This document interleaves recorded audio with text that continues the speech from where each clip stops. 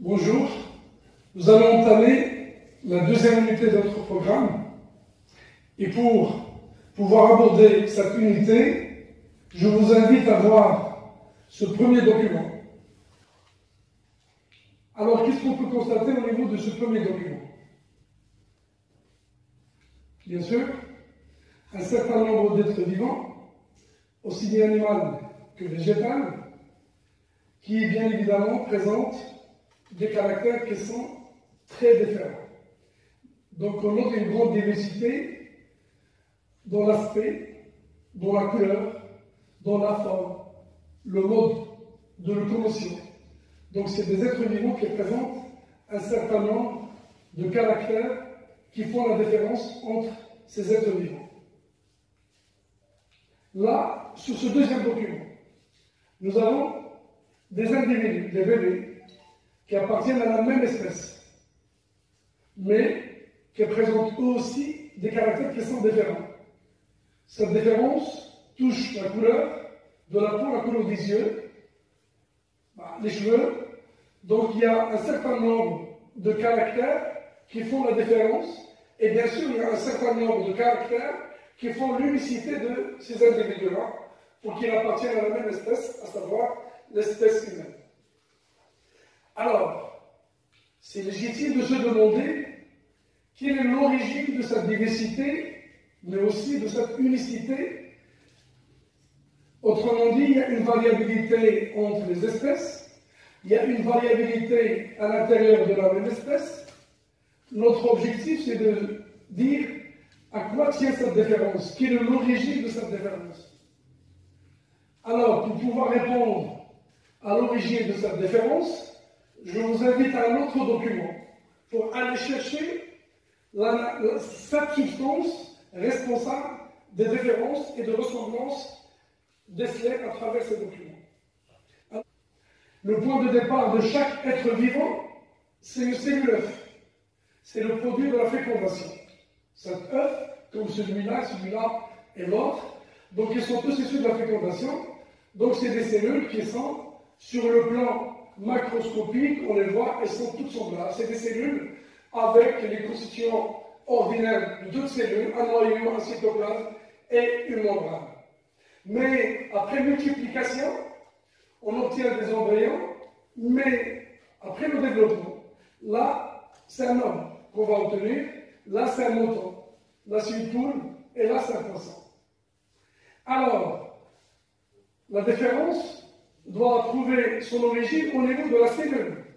Notre objectif, c'est de trouver cette substance, cette matière, cet élément responsable de différence entre ces différentes espèces, ces individus qui appartiennent à des espèces qui sont différentes. Alors pourquoi ce document? Ce document pour aller chercher la diversité constatée tout à l'heure dans les documents, la meilleure des façons, c'est d'aller chercher la différence au niveau de la cellule. Parce que voilà des cellules qui sont toutes semblables sur le plan macroscopique, elles donnent des produits qui sont totalement différents.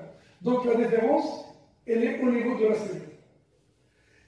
Alors, cette substance, cette matière qui fait la différence et la ressemblance entre les individus de la même espèce ou bien entre des espèces différentes, d'abord, on doit se demander où est-ce qu'elle est localisée. Donc la première des questions, c'est la localisation de cette substance. La deuxième des choses, une deuxième question, ça doit être comment cette substance est transmise, comment cette matière est transmise de cellule en cellule. Là, nous avons une cellule œuf. On finit par avoir un individu qui compte des millions, voire des milliards de cellules.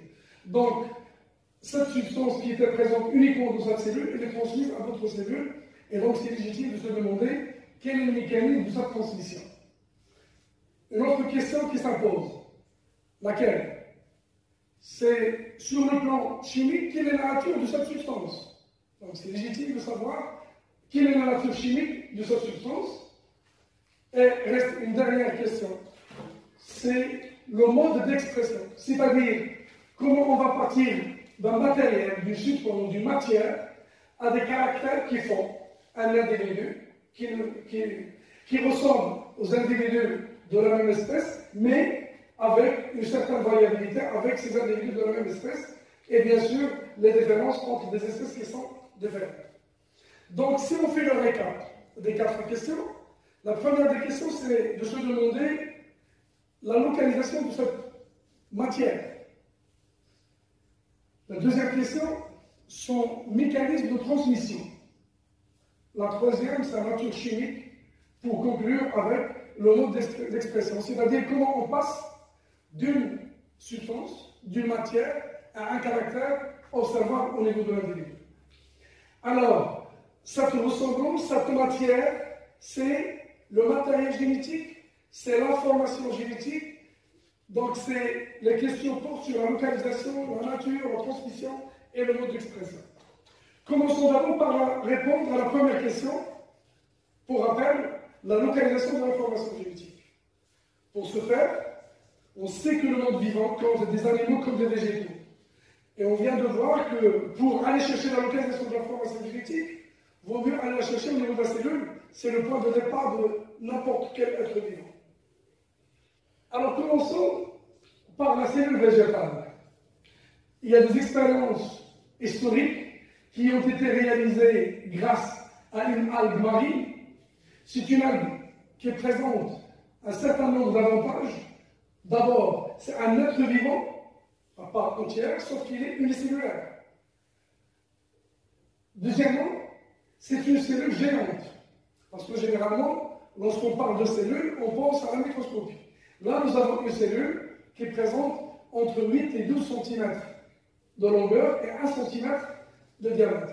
C'est-à-dire, c'est facile de la manipuler. Et donc, c'est un matériel biologique de choix pour ce genre d'expérience. Cette cellule compte 3 parties. Il y a une partie basale dans laquelle siège le noyau. C'est une cellule, donc elle va avoir son noyau. Et se prolonge par une tige et se termine par un chapeau circulaire. Là aussi, j'attire votre attention à la présence de 2 espèces qui diffèrent par quoi? Donc, ils diffèrent par la forme du chapeau. Le chapeau ne présente pas le même aspect. Là, c'est un aspect arrondi, circulaire. Là, c'est un aspect qui n'est pas circulaire. On dit c'est un aspect crénulé, d'où l'espèce Acetabularia crenulata. C'est l'institut Acetabularia mediterranea. Ça, c'est pour avoir une idée sur la nomenclature des 2 espèces. C'est toujours l'algue, mais avec une différence au niveau de la forme du chapeau. Avec la première expérience, donc il est représenté par ce document, essayez de voir qu'est-ce qu'on a réalisé par cette algue-là. Vous pouvez le constater déjà que l'algue a été sectionnée au niveau de 2 parties. Et donc, on obtient la partie chapeau, la partie tige et la partie basale, les rhizoïdes qui permettent la fixation et dans laquelle siège le noyau, représenté ici en blanc. Ensuite, on a fait le suivi de devenir des 3 parties. Qu'est-ce que vous constatez alors? Le chapeau et la tige, elles ont fini par dégénérer. Donc c'est la mort. Elles ont dégénéré. La partie basale, qui comporte le noyau, elle n'a pas dégénéré. Vous pouvez le constater, bien le contraire. Cette partie basale, elle a repris sa croissance. Elle a formé la tige et un chapeau. Donc, on a assisté à une régénération de l'algue à partir de cette partie basale qui comporte le noyau. Alors, est-ce que les résultats sont clairs? Les 2 parties anucléées, elles finissent par dégénérer. La partie nucléée, elle reprend sa croissance et elle forme les parties manquantes, à savoir la tige et le chapeau, comme on le voit ici. Alors, quelle déduction peut-on tirer de ces résultats-là? La différence, elle tient à la présence au nom du noyau. Donc, le noyau est indispensable pour que la cellule puisse survivre. La preuve, c'est que les 2 parties anucléées sont dégénérées. 2. Le noyau est indispensable à la croissance de la cellule. La preuve, c'est la croissance, la formation à nouveau de la tige et du chapeau. Donc, on va noter deux petites conclusions. Le noyau est vital, c'est-à-dire qu'il est indispensable à la vie de la cellule, et le noyau il est indispensable à la croissance de la cellule. Alors, on va continuer avec une deuxième expérience. Alors, qu'est-ce qu'on peut constater au niveau de cette expérience? Nous avons fait appel aux deux espèces. On en a parlé tout à l'heure. Ces deux espèces d'Acetabularia, mais qui présentent des chapeaux. Donc, il y a un caractère qui fait la différence entre les deux. Là, le chapeau, elle est circulaire. Là, il ne l'est pas. Elle est crénelée.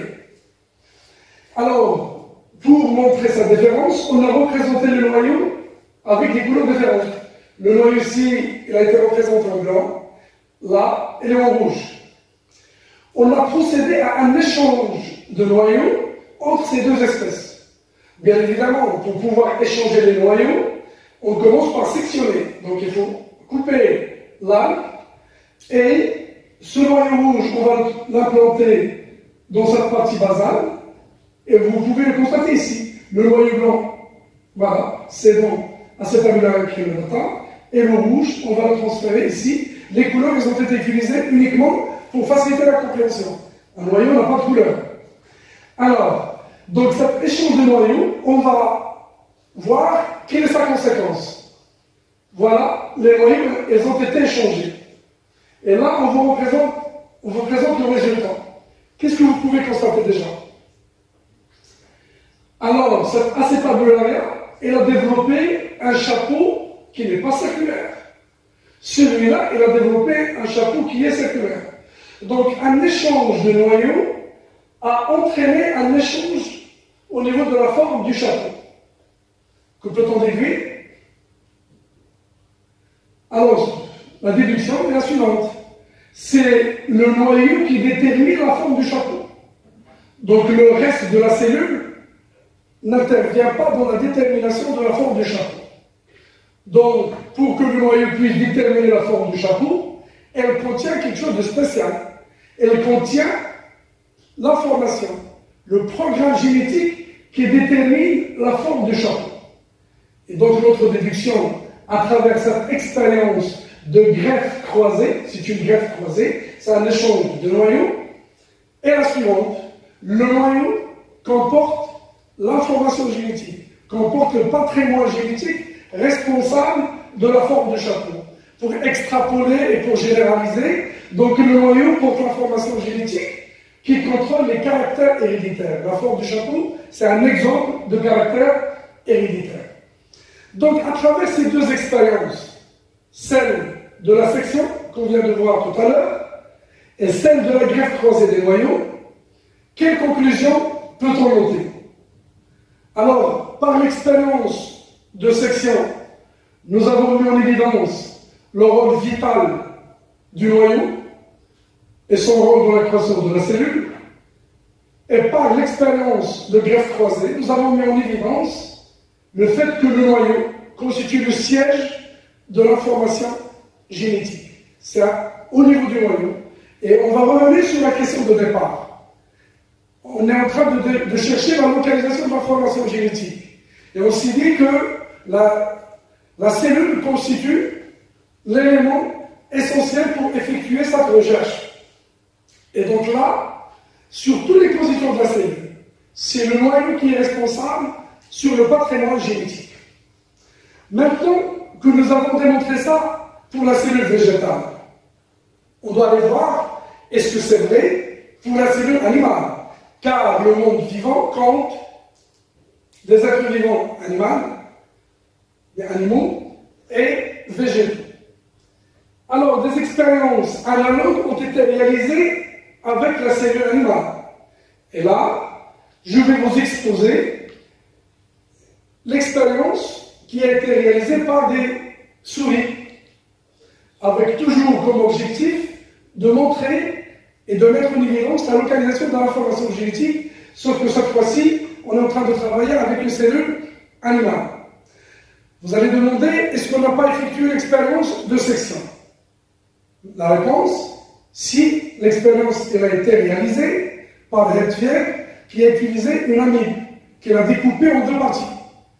Alors là aussi, la partie anucléée, elle a dégénéré, et la partie nucléée, elle a survécu et elle a développé les parties manquantes. Pour dire que aussi bien chez la cellule animale, le noyau est indispensable à la vie et à la croissance de la cellule. Là, c'est la deuxième expérience. C'est montrer que le matériel génétique ou l'information génétique est située et localisée au niveau du noyau. Nous avons fait appel à 3 races de souris. Quelle est la différence entre les 3 races? Vous pouvez le voir clairement. La différence, c'est au niveau de la couleur des pélages. Les poils ici sont noirs, c'est des poils blancs, c'est des poils orange, tachetés en blanc. Ces 3 races sont des races pures. Qu'est-ce que ça veut dire une race pure? C'est-à-dire des croisements entre souris noires donnent la totalité du cerise noir. Les blanches, la même chose. C'est là aussi. La question qui se pose, pourquoi on a fait appel à ces 3 races? Chacune, elle est là pour assurer un rôle. Alors, un croisement a été effectué entre un mâle et une femelle de couleur noire. Après fécondation, on a pu isoler une cellule œuf.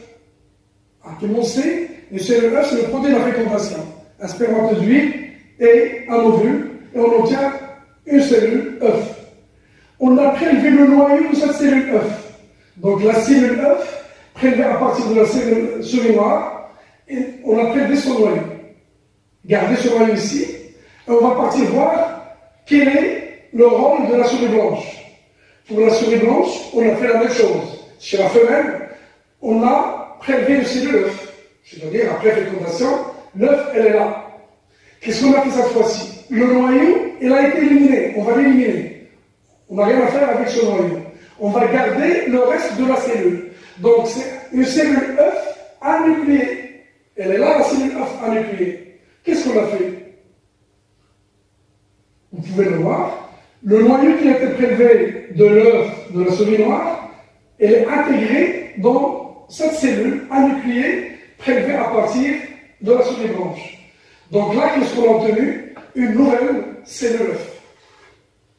Cette nouvelle cellule œuf, elle comporte un noyau originaire de la souris noire, alors que le reste de la cellule, elle provient de la race blanche.